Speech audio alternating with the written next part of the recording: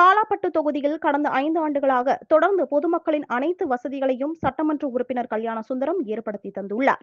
அதன் தொடர்ச்சியாக இறுதிக்கட்ட பணிகளாக தொகுதிக்குட்பட்ட பெரிய காலாப்பட்டு கிழக்கு கடற்கரை சாலையில் முருகர் கோவில் குளத்தினை மேம்படுத்துவதற்காக சுமார் 4 கோடியே 14 லட்சம் ரூபாய் மதிப்பீட்டில் பூமி பூஜை செய்து பணிகளை தொடங்கி வைத்தார்.